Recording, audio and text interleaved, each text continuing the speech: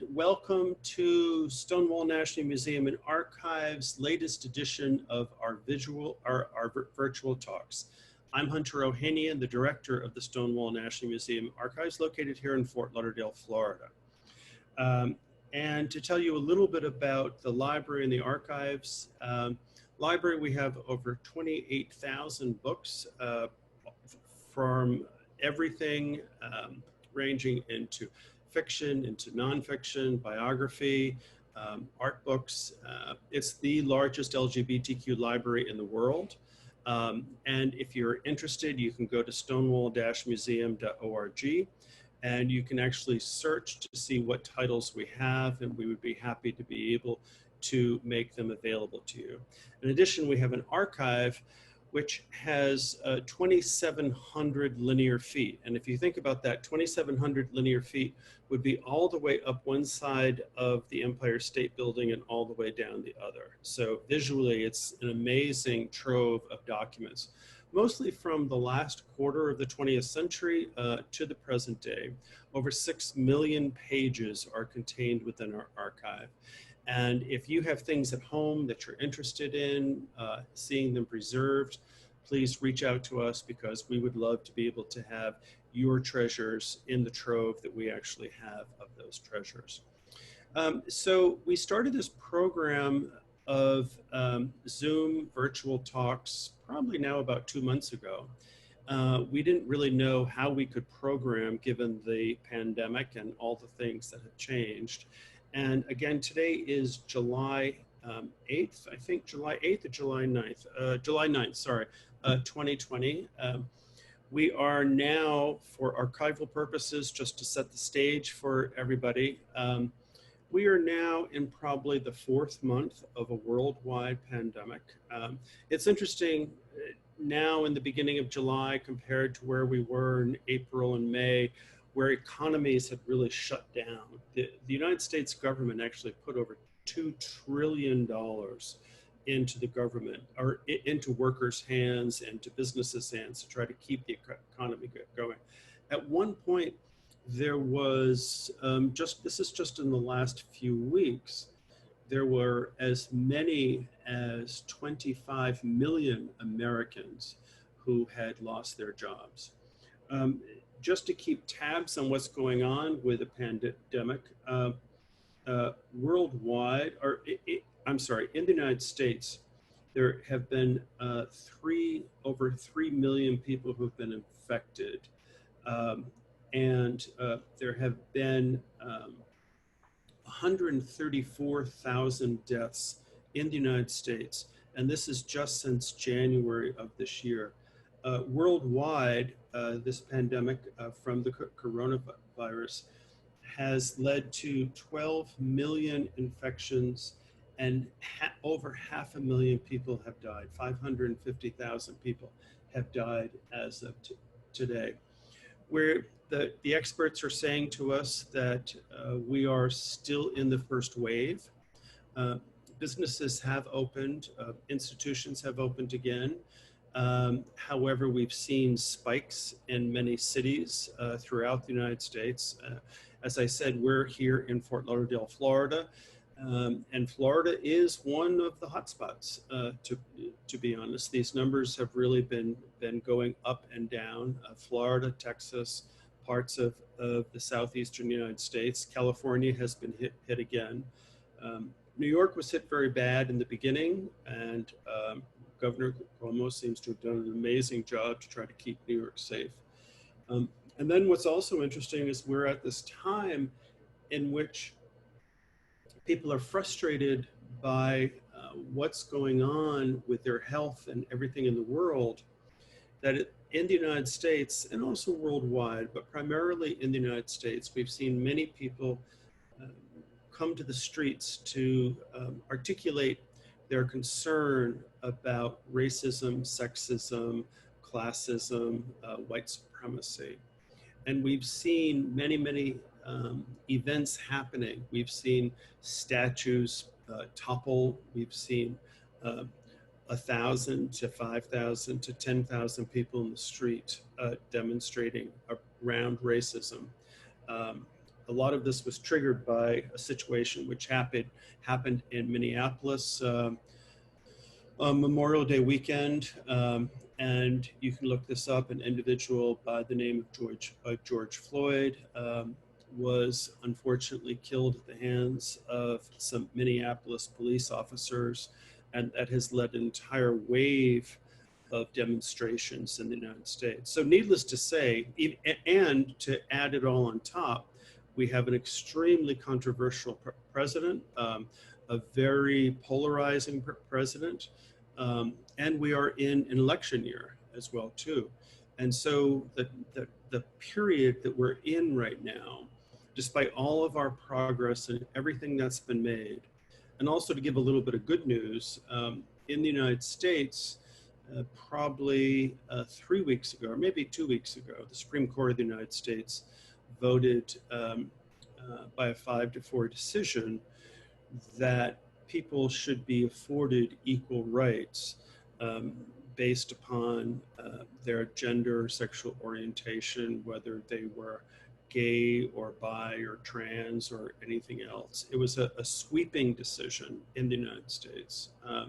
And it is very important for us to think about all of these changes coming at the same time and how this actually affects at the time that we have this conversation, but also this is a historic conversation. We're looking back into a period of time more than a century ago, and thinking about queer and gay communities at that time. And so it's great to sort of think about the context of us doing this. For those of you who have not been on one of these Zoom calls, just to let you know, the guest who today is Hugh Ryan, and I will be talking about his book.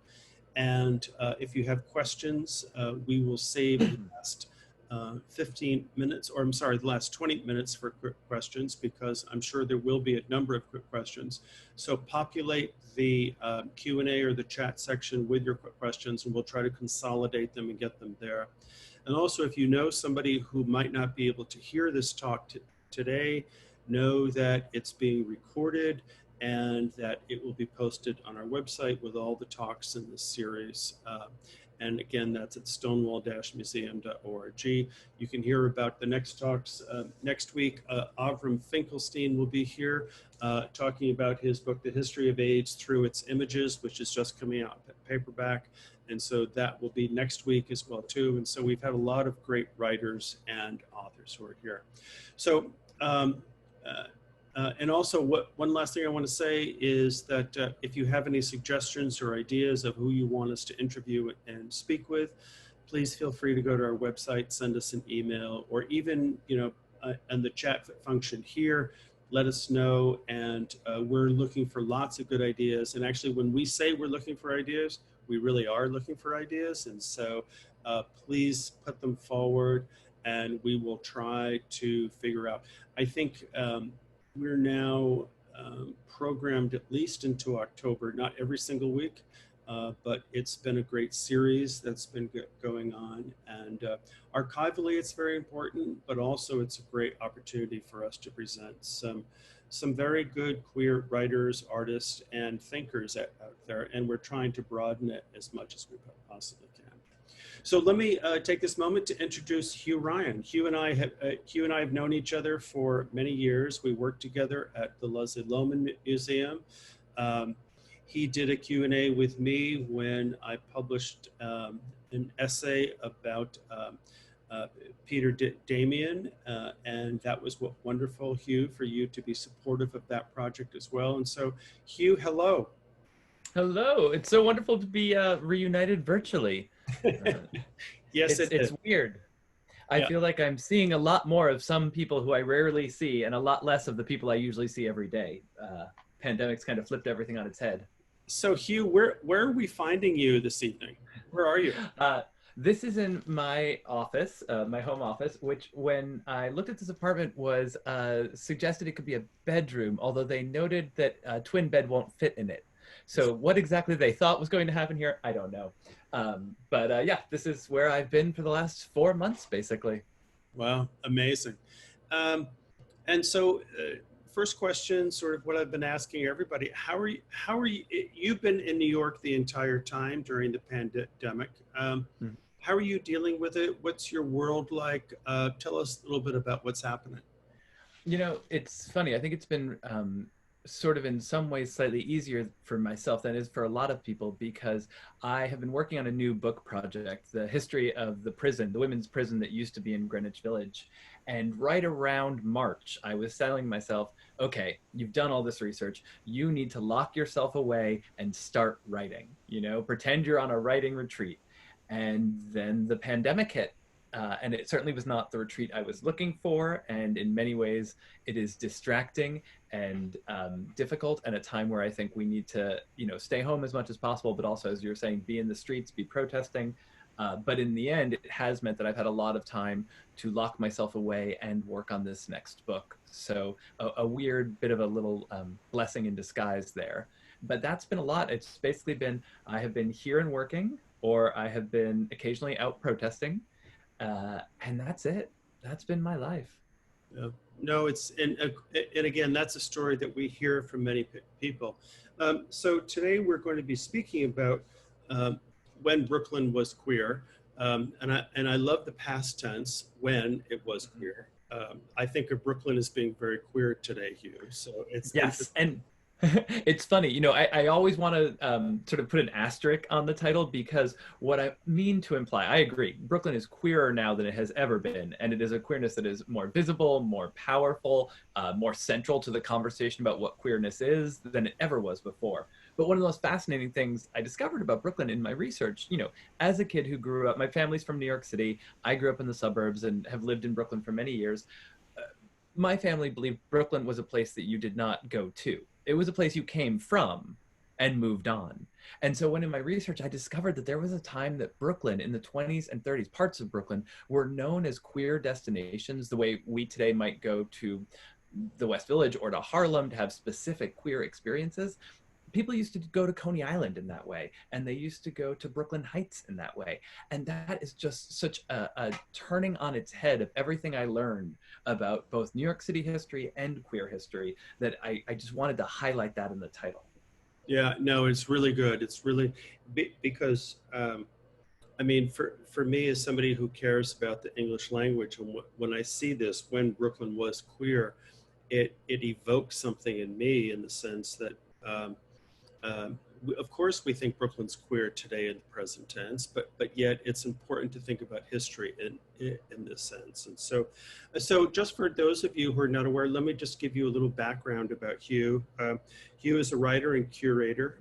His first book, the book that we're going to be speaking about tonight, won the 2020 New York City Book Award and was a New York Times Editor's Choice in 2019. And he was a finalist for the Randy Schultz and the Lambda Awards. He was honored with the 2020 Alan Briba Prize from the American Historical Association. And he's a graduate of the Bennington Writing Seminars. So one of the things that I liked about this book is there are two strengths that are competing with each other. This book is kind of like Batman and Superman fighting each other. And the Batman and Superman fighting each other, as far as their strengths, the two sources of strength are your research and your writing. Both of those are butting up against each other because they are so strong. So for you putting this project together, are you a researcher or are you a writer? Oh, that is a great question. Well, my degree is in writing, and I came to that not thinking I was going to do historical work. I wanted to write essays and sort of memoir, personal nonfiction, and that's what I got my MFA in. But in doing it, I realized that I didn't actually ever want to publish any of that stuff. I needed to learn those tools. I needed to learn how to write nonfiction, the real world, in a way that was exciting and had narrative and scene and dialogue and emotion and all the things we turn to fiction for.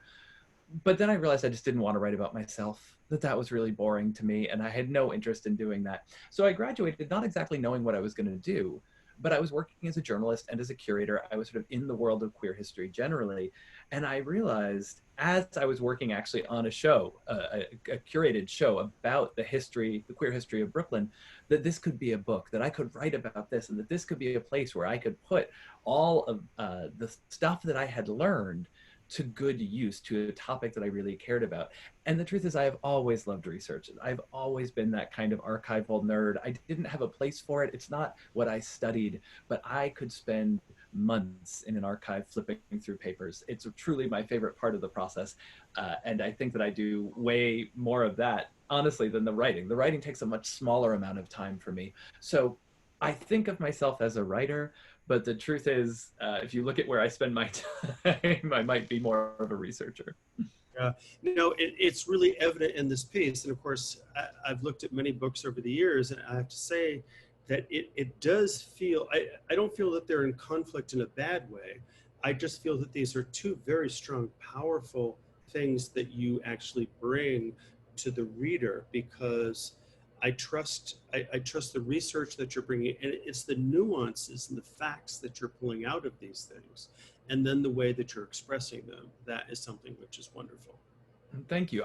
I wanted this to be something that people would care about and feel emotionally touched by, because I think, at least for me and for most of the people I know who are interested in queer history, it is an emotional thing, right? We come to this because we're looking for something. And if what we get is dry and does not engage us, or is written in a way that either we can't understand because of the language that's used, or leaves us out because of the language that's used, or who's considered, or whose archives we look at, well, then the book isn't going to have the effect that I want. It isn't going to reach the people who need it, you know? And so it really felt like I needed to write a book that was emotionally engaging as well as historically rigorous.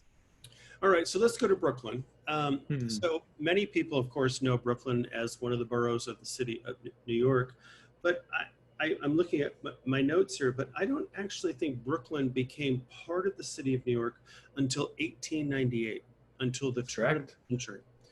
So set it up for us as to how Manhattan and Brooklyn, as being two separate cities, what was the, and like bring us into the 19th century. What was going on between those two cities at that time? You know, up until about 1820 or so, Brooklyn was a pretty sleepy little hamlet. It was a Dutch town named Brooklyn, Breucklyn, I believe, or En at the end. There were a number of other small hamlets in what we today call Brooklyn, Gravesend, a couple of others, but it was not a place that really had much relevance to the city of Manhattan at that point. Manhattan was a city, Brooklyn was a distant town. But In the again, early 1800s, but just to interrupt, they're literally the other side of the East River. right, right. But the East River was quite a bit less crossable back then. You had ferries, certainly, but not until the mid 1800s do we really get this connection. What happens is that the Erie Canal opens up. And that sounds like it would have no effect on Brooklyn and Manhattan, but the Erie Canal radically changed shipping in America. When it opened, it connected the port of New York to the west. And suddenly, New York City was a much more important trading destination than it had ever been before. Within a couple of years of the opening of the Erie Canal, New York was doing more shipping than Boston, New Orleans, and Baltimore combined. Well, But Manhattan was already built up. There was nowhere for that trade to go. That trade ended up going to Brooklyn. They needed docks, they needed warehouses, they needed laborers, and then they needed places for those laborers to live, and they needed places for those laborers to go out, and they needed places for those laborers to bathe. And then those developed stores on top of them, and then families came. So really, much of my book is an economic history. It's a history of the way in which the city developed, and that development either made certain things possible for certain queer people or precluded certain things for queer people. So the important part for me is this development of the waterfront economy and the development of Brooklyn as a city, which really by the mid 1800s, like 1850, we can say Brooklyn is firmly a city. It is a trading post of incredible importance. It is a multinational destination where many languages and many kinds of people come together. yeah, no, that's a really great place. And again, in the book, that's where you begin. You begin in 1855, and you use Walt Whitman as as an entry point for the reader to understand about Brooklyn and to understand about queerness. So talk to us a little bit about why you chose that icon of American literature as the entry point to understand this.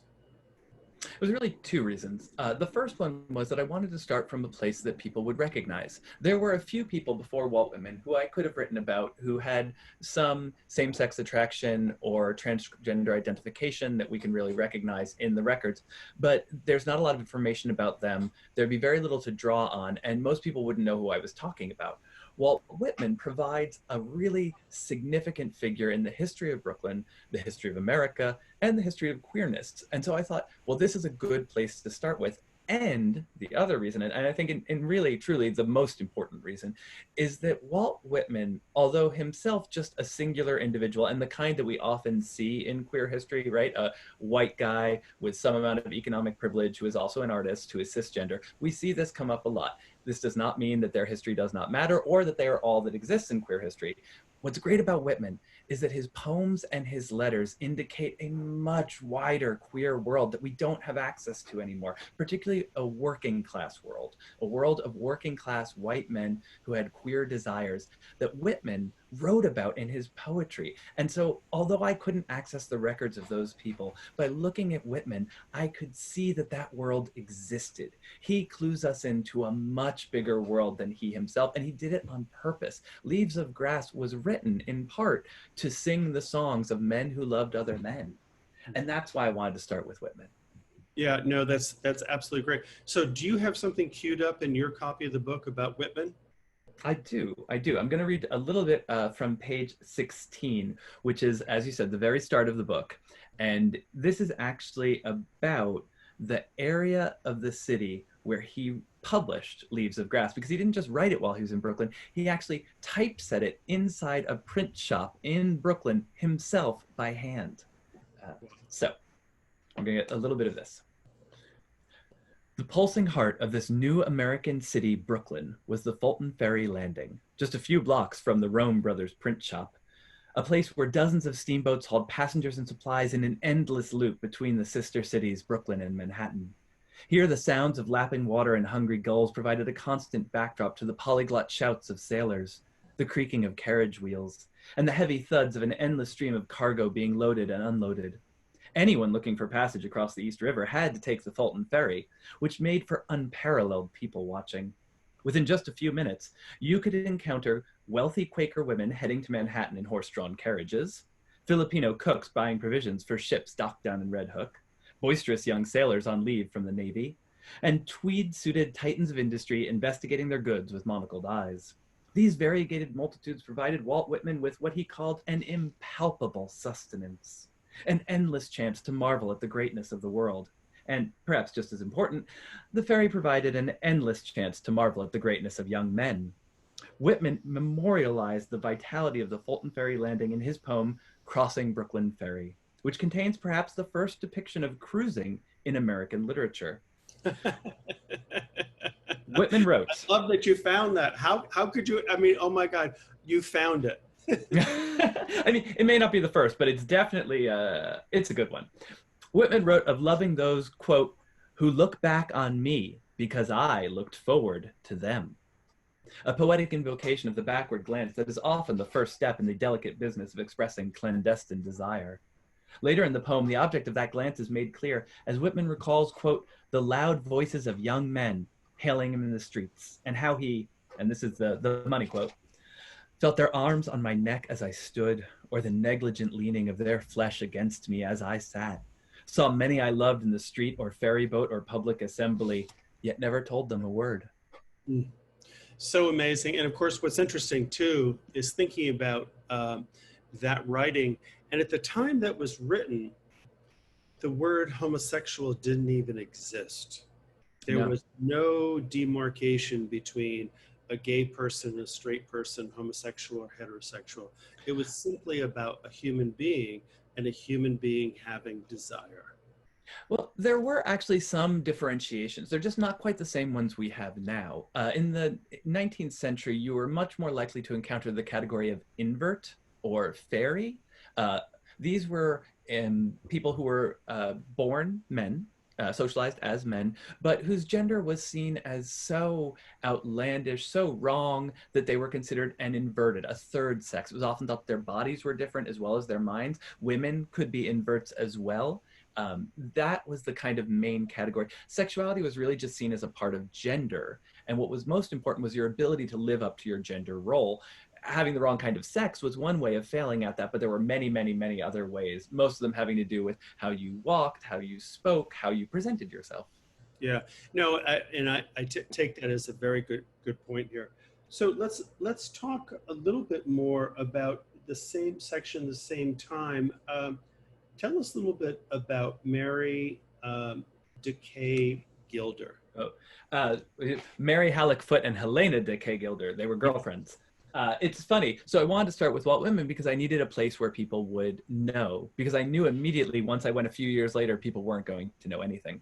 Mary Halleck Foote is completely forgotten today, but in the 19th century, she was an incredibly important author and illustrator of the West. She wrote and illustrated more than 20 books. It was incredible. She was a bestseller, right? But she had a really hard time getting a start. So I start the book with Walt Whitman because he's this great inroad. But very quickly, what I need to point out is that he's a great inroad for people like him, white cisgender men, as we would think of them today, right? These are ahistorical terms. I want to be very clear about that. But he really was talking about people whom he was in community with, and he wasn't really talking about queer women in his book. He wasn't talking about people of color because they really were precluded from having public queer lives on the Brooklyn waterfront at that time. Mary Halleck Foote is really one of the first that we find. She moves to New York as a teenager because her ability at art is so tremendous that her family says she has to go to New York because it's the only place where she can be trained in art. She attends the Cooper Union School, which has just started having classes for women. And she lives in Brooklyn Heights with the family of her uncle, who were well-off Quaker folks who'd been in Brooklyn for many years. And again, what year are we talking about here?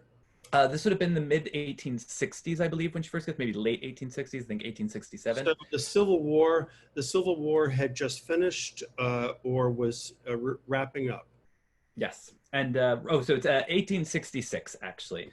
So because we know 1866 is an important year because while Mary Halleck Foote is studying at Cooper Union, one day she meets another woman named Helena Decay, and the two fall passionately in love. Their letters to one another are incredible. I mean, really just a record of two women who are both incredibly in love and also struggling with being proper Victorian women. They're really an example of what often gets called a Boston marriage, which is a term for two usually upper-class women in a relationship that is long-lasting, obviously has what we today would see as lesbian overtones, but at the time was generally considered appropriate and correct, mainly because these women were often white, upper middle class, appropriately gendered, et cetera, et cetera, et cetera. So we can see from this relationship just how primary they were. I mean, these two women had an incredibly physical and erotic relationship, whether or not it was ever sexual in the way we want to talk about now. I think oftentimes we get trapped in this terrible thing where people are like, you must prove explicit genital touching or we will never say that this person was a lesbian. And it's particularly true for women because women historically just get desexed so much that anything about their sexuality gets erased. But Mary Halleck Foote and Helena Decay Gilder kind of provide us with this view into what it meant to be a woman with same-sex desires in a world that very much said women should stay at home, have children, get married, and be quiet. So I want to read just a tiny bit. This is about her first year, immediately after Mary Halleck Foote meets Helena Decay Gilder. Just 19 years old, away from her parents for the first time in her life, Mary Halleck Foote threw herself headlong into her relationship with Helena Decay Gilder. Carol Smith Rosenberg, the historian, describes their correspondence as being filled with, quote, nights wrapped in each other's arms, the light of a full moon illuminating their pillow, passionate kisses, bathing and anointing each other's bodies. Mary Foote wrote to Helena Gilder that she wanted to, quote, put my arm around my girl of all girls, and to tell her, quote, I love her as wives do love their husbands, as friends who have taken each other for life. I believe in her as I believe in my God. Mm. That's how impassionate this relationship was. That's how incredible this relationship was. In the end, unfortunately, after they graduate, the two wanted to open up an art studio for women and live together in Brooklyn Heights. That didn't work out. Their families were opposed. Mary Halleck Foote wrote to Helena and told her that she had never done anything her parents were opposed to. And in under a year, they were both engaged to be married to men. Helena actually got engaged first, and she got engaged to Mary Halleck Foote's editor, oddly enough. And when they got engaged, this is the last part I want to read to you about them. Mary actually wrote to Helena's new soon-to-be husband. And she said, "Do you know, sir, until you came along, I believed she loved me almost as girls love their lovers. I know I loved her so." That's how appropriate their relationship was, that she wasn't afraid to write that to her ex's future husband. That's how sort of invisible these women's queer lives could be. Yeah, and of course, it speaks to how invisible women's lives were in general, in the sense that um, people could have had feelings about men having sex with other men, and they would have words for it and theories about it. But the idea that women could go off and do whatever they wanted to, simply because the sexism was so deep and so rich and so institutionalized, that they wouldn't even pay attention to it. Right. And particularly if you were upper class, conventionally gendered, and white, you could get away with quite a bit at that time. Yeah. So you raise a point about being conventionally gendered, which is a great term. And so I'm up to page 50 of the book. And let's talk a little bit about Ella, is it Wesner? Wesner. Yeah. Let's talk a little bit about her. Ella Wesner is one of my favorite people in the book, to be honest. She was maybe not the top drag king of the 19th century in America, but definitely top two. One of the most famous drag kings in the world. She performed for decades. She had her own coterie, her own troupe that she toured around the country. She was memorialized in the New York Times when she died, where they noted that she was buried in a men's suit as she preferred to dress throughout her life. We don't really know a lot about her internal sense of her own gender, right? We know that she made a living as a person who performed with gender, as what we would call a drag king, although she called herself a male impersonator. We know that she had female lovers. I'm sorry, she called herself what? A male impersonator.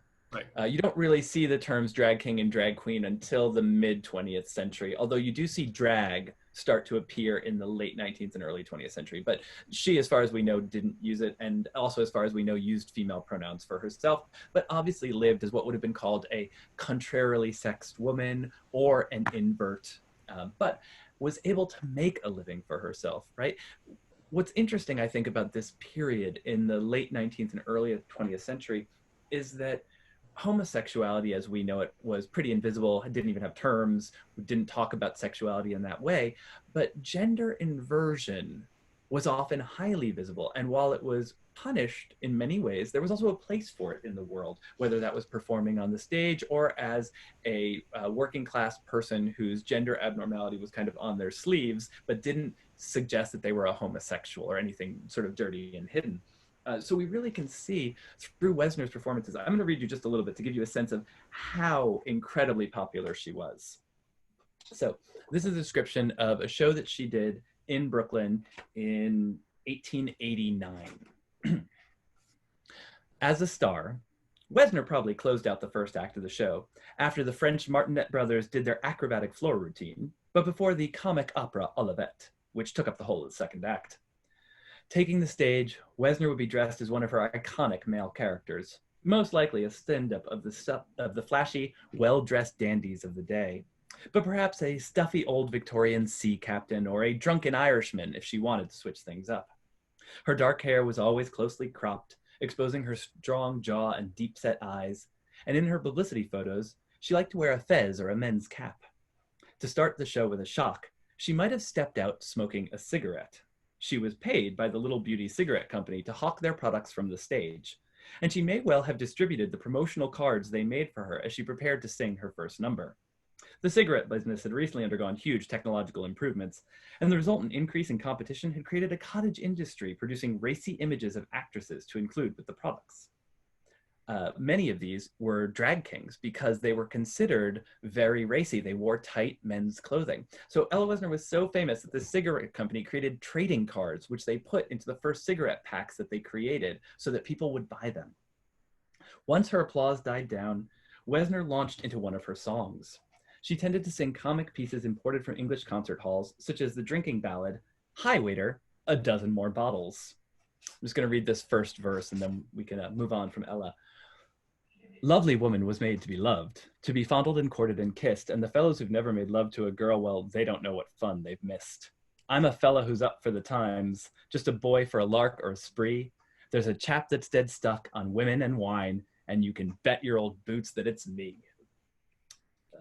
Wonderful, wonderful passage that you brought there. And so again, this is one of the things that attracts me so much to this book. So where did you find this particular passage? That one, I believe, came from a newspaper article about her, although there's a really wonderful scholar who's written a book. I'm wondering if I have it actually on my desk, where somewhere I can find it.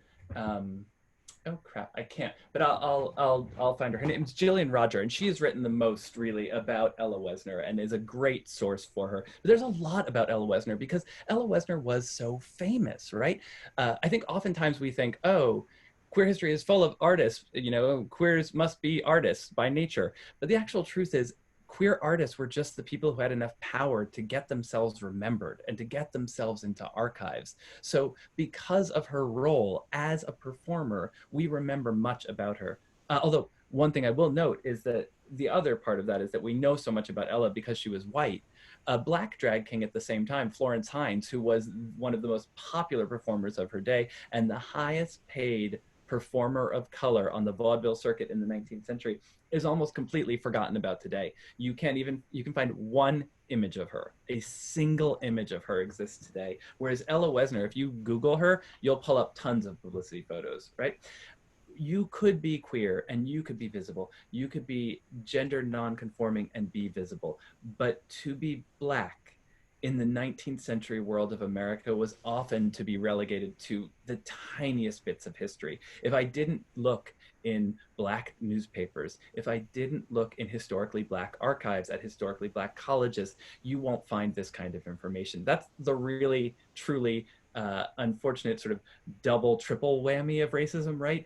Women like Florence Hines are kept down by it during their lifetimes, and then they are not remembered because of it, and then their memory itself, the places that keep those memories, are never looked at again, all because of racism. And so Ella Wesner and Florence Hines, I think for me, are kind of like a great way to look at the end of the 19th century and how race, gender, and queerness can all intersect to produce really different experiences.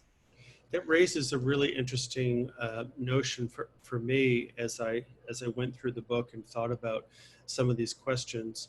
And to some degree, there is a chapter where you talk about what is the title of it?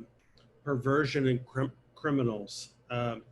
And in that chapter, you focus a lot on the underground, what was happening in Brooklyn. And there you go to police reports and police records. And so here we are over 100 years later, looking at this piece of society. But really what we're left with to look at are police records. Mm-hmm. We're left with, in many cases, just these kind of municipal or civil remnants of what society leaves behind. And so as a researcher and writer putting this stuff together, do you feel that your story and your depiction of what happened is informed or possibly even misinformed by the idea of the level of record which is left behind for you to look at. You know, there's this practice that you hear about a lot in queer history called reading against the archive. It's this idea that the archive is created with a certain purpose in mind, right? Anytime you're looking at a document, you have to ask yourself, who made this? Why did they make it? And what sources did they have access to? And as you said, oftentimes when you look at queer history, the oldest records we're going to find are highly problematic. They come from police, they come from doctors, they come from people who were looking at queerness from the outside already as a problem, right? They're Right. not coming to it neutrally. They are looking at it from a point of negativity. There's a pejorative approach that they're looking at. And that's, in many cases, all that we're left with are the remnants of that pejorative aspect. Yep. And so I often think of those records as being really records about what straight people knew, thought, or believed about queer people, and less directly about queer people themselves. They do give us some things to go off of, and we have to use them because they are there and they are very, very useful. But I always ask myself, what are other interpretations that this event could have? Where can I find other sources on this? What is the person's prevailing interest who created this document? Why did they document this? And what does that mean in terms of the information that they've documented for me? I know we promised people a robust question and answer, so we will get to that very, very shortly. But I'd love to read just a tiny snippet about one person who we know because of her medical records, which, as I said, with Ella Wesner and with Florence Hines, both of them were folks who were contrarily gendered for their day, but we don't know a lot about their internal sense of themselves. We don't know how they identified, right? Which is what we place a premium on today when we talk about sexual identity. It's not about actions, it's about who you are. Same thing with cross-gender identity. It's not about how you dress or how you look, it's about an internal sense of self. And the first time we find someone who has left us a good record in Brooklyn of an internal sense of themselves that we would kind of define today as trans, although she probably would have used invert or Ferry, is at the end of the 19th century, a woman named, well, she went by the name Loop the Loop. That's, again, I only have certain records, so I don't know if this was her preferred name or if this was the name she gave the doctor who interviewed her.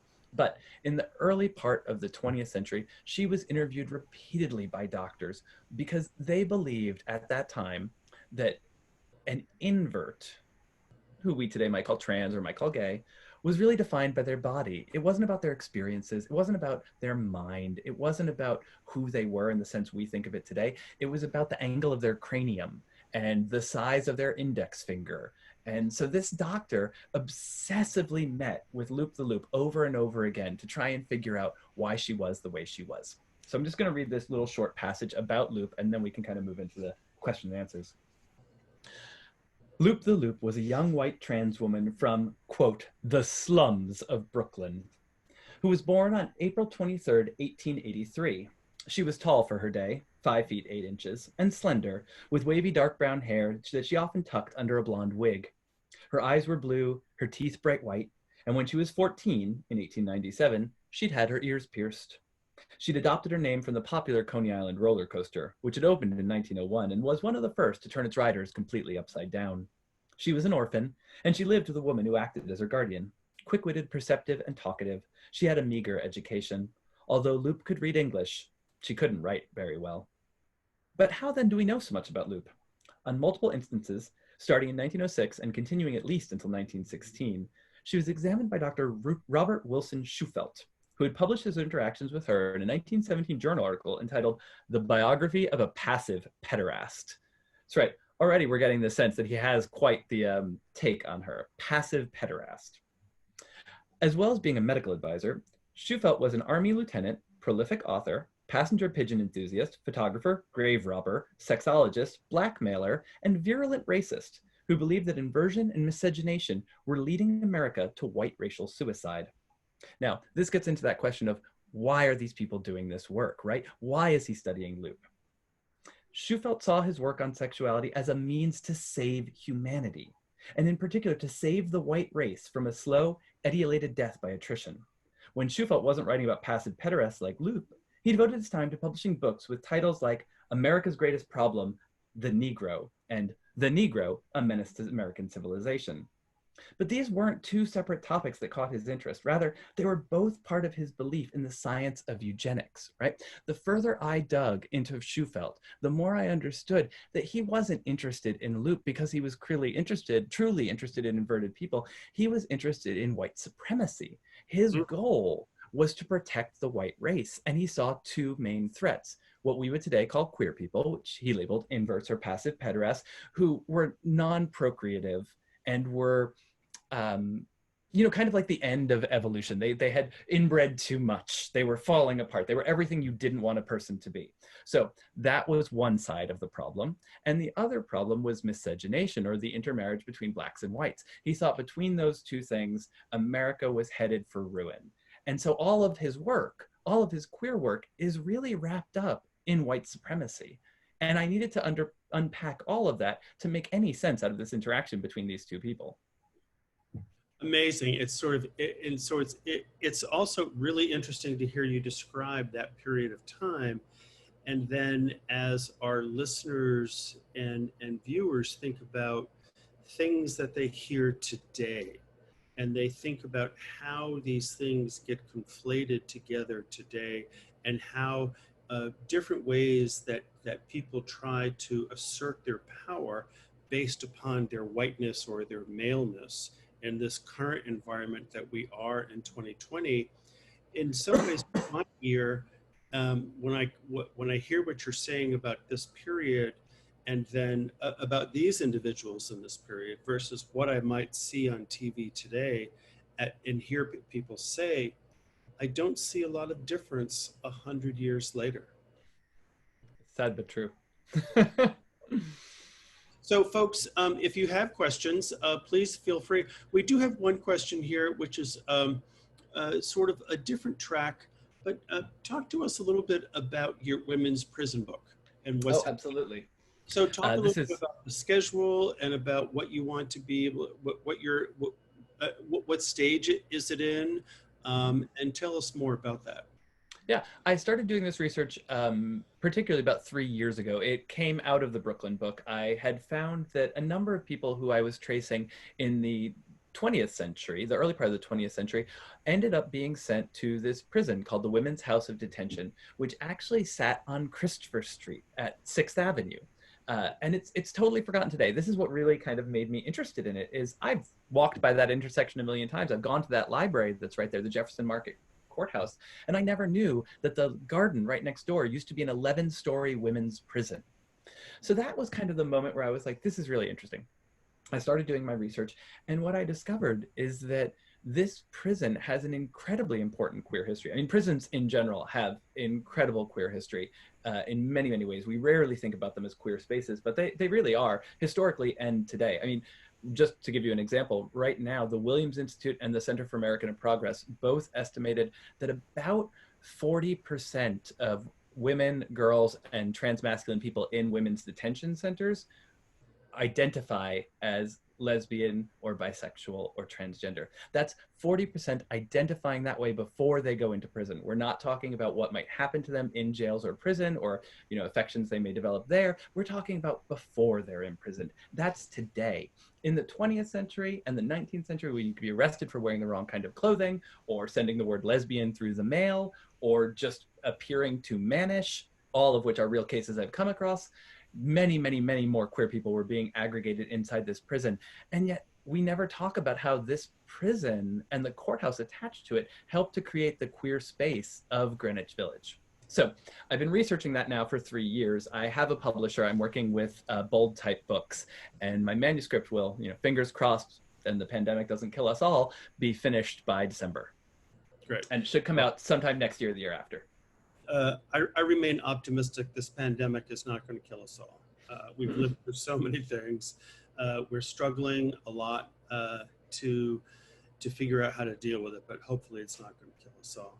We have another question here about, we all know Chauncey's book about gay New York. And so draw some differences and similarities between queer Brooklyn and Chauncey's book, Gay New York. Sure. Chauncey's book is amazing. I highly recommend anyone who hasn't read it should totally go out and read it. I found it to be one of the like lodestars for myself as a queer historian and as someone writing about queer history. In terms of differentiations, I think that we approached it with different ideas of what our project was. When George Chauncey was writing that book, there was very little out there about gay New York. And so his book is much more encyclopedic in a certain way. It covers a small period of time. It only goes up to World War II, but it goes into so many examples and it covers so much ground. It's really amazing.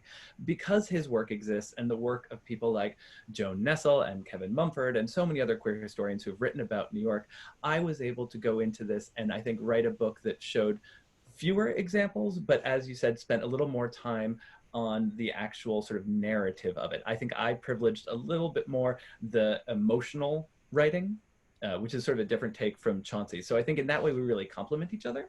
And then in terms of what we write about, I am following a very specific arc. I am following the arc of the waterfront in Brooklyn because the waterfront in Brooklyn is what made it a city. And becoming a city, that urbanization is what made visible queer community development possible, right? Because we are everywhere, as the gay liberation slogan goes, and we always have been. But to be visible, there needs to be a certain amount of density and recording. And that in America in the 19th century came with being in a city. So my book follows one community. And when the waterfront falls apart, the community I'm following, or several communities, but all related to the waterfront, fall apart as well. That's very different from what George Chauncey is doing. He is tracking many, many different communities. I would say also, though, that my book focuses on LGBT people generally, and his is a focus on male same-sex cultures with some amount of trans women in it as well. So we have very different, but I think really complementary books. And I like to say that one thing I love about my book is that by showing the ways in which these communities in Brooklyn were kind of falling apart or being oppressed in the 50s, 60s, we can understand a little bit better how Stonewall happens, because you have all of these people who used to have space in outer boroughs who are now concentrated into a smaller and smaller amount of space in the West Village, which leads to the explosion that is Stonewall. But I highly recommend buy both our books. No, it's a good point, and you know, there have been several editions of George's book, and it would actually what would be good for us to have George for George on this series. I know that he's still active today, and also his next book is about to come out. Yeah, that's right. His sequel. Yep, and also we just got a very interesting suggestion about bringing Kent Monkman to this series, and I would love to see for those of you who don't know Kent's work. If you're in front of your computer right now, just type his name in, and he's an amazing artist. I showed his work at the Leslie Lohman Museum probably 10 years ago, and please take a look, and I would love to be able to have him on. So thank you, Justin, for making that suggestion, because I think that's a really good suggestion. It would be great to expose him to a larger audience here.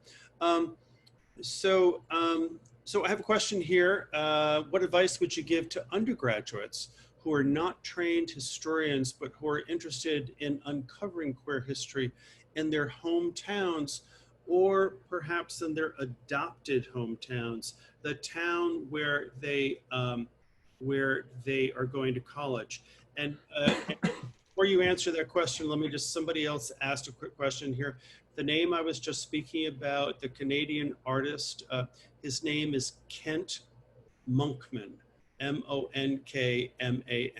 So look up his work as soon as you can. But going back to the quick question about advice for undergraduates who are not trained historians, what should they do about uncovering queer history in either their hometown or their adopted town? And my first advice is to not be scared about being untrained. I think that many Sorry, not being scared. Untrained. Okay. I think that there are many people working in queer history who do not have that kind of formal training. And there are ways to seek out various kinds of training if you want one. I would start by looking at places where information is already being kept. Is there a historical society?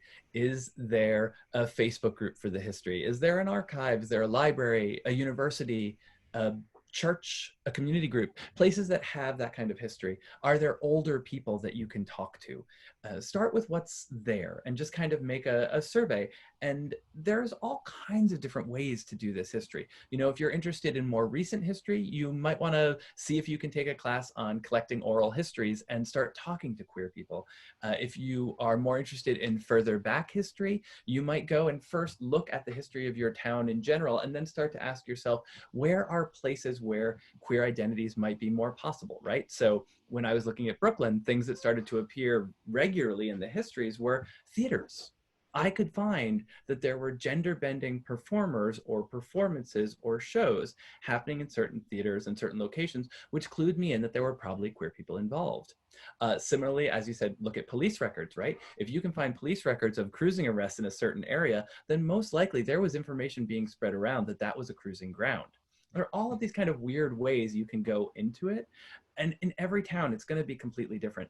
I also recommend highly talking to other people who've already kind of done this work. They may not have done the work where you are, or they may not have done it on queer subjects, but reach out to people and say, hey, you know, I'm really interested in learning the history of our town. You are a historian who's written a book about this town. Could I just talk to you? And start there. Yes, I think that's really good advice. And I think, you know, it's very different today if we think about what the LGBTQ community is and we think about what is available. You look at an institution like Stonewall, and we have, as I said at the beginning here, you know, 6 million pages of it. But back in the 19th century, or even parts of the first part of the 20th century, that history was not recorded. And so researchers really do have to go to other sources to find out. I mean, there wasn't an advocate out. There wasn't these magazines or these local magazines that would present what the culture was. The only things that you could find, unfortunately, were about the negative side of what it was about. You would have to look at police records. You would have to look at show bills in theaters. You'd have to look at different ways in which the community, the avenues the community had to express itself. Because by and large, it was pretty, as a community, there were a lot of things that were working against its visibility. People did not want to, either personally or from a societal standpoint, to put this in front of everybody. Very true. Yeah, so we have a quick question, which is actually a question which has been roiling through the halls of the Stonewall National Museum and Archives here in Fort Lauderdale recently. And I love this question. How do you define or view the word queer as it relates to past, to present, as well as the negativity of the last 20th century to self-identifying of the present? It's a beautiful question. Thank you. This is a great question that I get asked a lot, and I really love it. It's funny, you know, I talk about this in the introduction to the book, but it's definitely something I thought about a lot. One thing I want to make everyone know is that if it is roiling the halls here and now, it has been roiling the community since about 1820. There's just this endless attempt to come up with new words and argue about with words, and words come into style and go out of style. There's a couple of letters that I found from the early 20th century where one of the writers is like, oh my God, please don't call us gay. What a horrible word. I hate the word gay. It's insulting. It's awful. Any word that you can find, someone in our queer history has hated. Any word you can find is going to piss somebody off within our community. Yeah. And so when I started thinking about the book, what was really important to me was that I was talking about, at the very least, two vastly different cultures of sexual identity, right? There's a modern culture, which uses the terms we're familiar with: gay, lesbian, bisexual, transgender, homosexual, all of that. And then we have a historical community, which was much more likely to use words like invert, pansy, degenerate, mannish. And they were talking about different things. They're related, right? They're similar. They're using the same things to come up with their concepts, but they are not the same concept. So when I was thinking about a word that I could use to apply to all of the people in my book, I didn't want to have to say, oh, Walt Whitman was a gay man, because everyone will think they know what a gay man is. But what that meant for Walt Whitman was very different from what it might mean to a person today. And so the word queer allowed me to talk generally about the large pool of people, and this is my definition for it. It's people whose gender or sexual identities were non-normative for their day and therefore punished, right? If we think about sodomite is about an action, right? That's a thing that you do, you commit sodomy. Being gay is about, or transgender is about an identity. It's who you are. Being queer is about being put down or oppressed because of your gender identity or your sexual or gender actions. It's sort of I think of them as three different categories of word. One is about what you do, one is about who you are, and the third is about how you are judged for it. I know that there are people for whom it is a very difficult word. And when I was doing the research for this, I tried to be really cognizant of that. I wanted to talk to everyone in a language that was comfortable for them and that represented them the best. I don't feel like I need to use the word queer with someone if they hate that word or it is a word that really hurts them. But I'm also not going to stop myself from using it because it has that connotation. Because when I talk to young people today, they said to me, no one calls me queer as an insult. I'm called gay. Gay is the insult. That's so gay. Why are you being so gay? So if I was going to stop using words because they were insulting and hurt certain people, there wasn't going to be any word left for me to use. So I walk into this knowing that queer is a very contentious term, but it's one I've chosen very carefully. And you can disagree with my reasons for doing it, and I totally respect those. And I will not use it with you individually, personally, but I think it is, in terms of doing this kind of history, the best word that we can use right now. I think that's very well said, and certainly something that those of us at Stonewall have taken on, and you know, some of us who are involved in this business, this queer or gay or lesbian or LGBTQ business, we have to struggle with the idea that we want to be as inclusive as we can with our words, but then also, to be honest, LGBTQ can be very clumsy at times, and many of us really have, in our normal speak, many of us don't use that term. Well, Hugh, no big surprise, but our hour has come to an end very fast. It's been a tremendous conversation, so thank you so much for your time. And so if you don't have a copy of When Brooklyn Was Queer, please go out and get one. You can buy one new or you can buy one used. And is this coming out in paperback soon? It did. It just came out in paperback, just Yay. like last week. And if you like hearing me talk, I read the whole audiobook. So you can listen to, I think, like 14 hours of me talking to you. And who better than the author to actually record, to record the audiobook? Agreed. So next week, as I said, Arvin Finkelstein will be here, and this will be on Tuesday, July 14th of next week. And so please be sure to sign in. If you are not part of our series and are getting our newsletters, go to stonewall-museum.org and you can sign up for our newsletters. Please do that. Please follow us on Facebook and whatever social media, although we're not doing TikTok, but find whatever social media that we're on and do that. Be sure to give us any suggestions that you have. If you are coming to Fort Lauderdale or here, we are actually about to open our first live exhibition.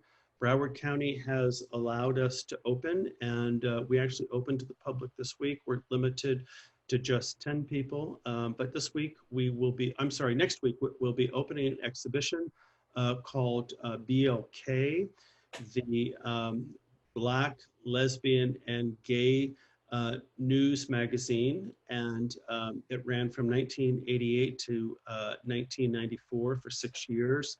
Incredibly powerful.